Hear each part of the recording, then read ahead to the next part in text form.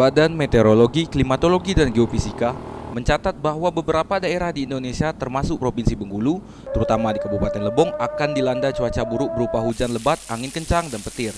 Hujan lebat yang melanda Lebong dalam beberapa waktu ini meresahkan para pengendara baik roda 2 maupun roda 4. Pasalnya, jalan menuju perkantoran di Kecamatan Lebong Atas sangat curam dan memiliki banyak belokan, dapat membahayakan pengendara jika tidak berhati-hati dan menggunakan kecepatan terlalu tinggi. Akan terjadi kecelakaan bagi pengendara tersebut. Hujan yang turun terus-menerus membuat jalan digenangi air dan menjadi licin.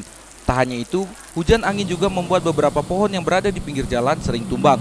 Diharapkan kepada masyarakat untuk selalu waspada dan berhati-hati dalam mengemudikan kendaraannya.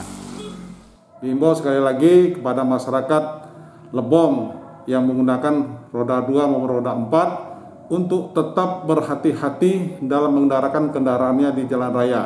Dikarenakan cuaca sangat jelek, kemudian menyebabkan genangan air di jalan, ada tanah merah, kemudian tanah longsor.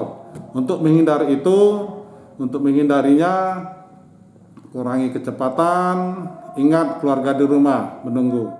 Dari Tubei, Mita Destria, Lebong TV melaporkan.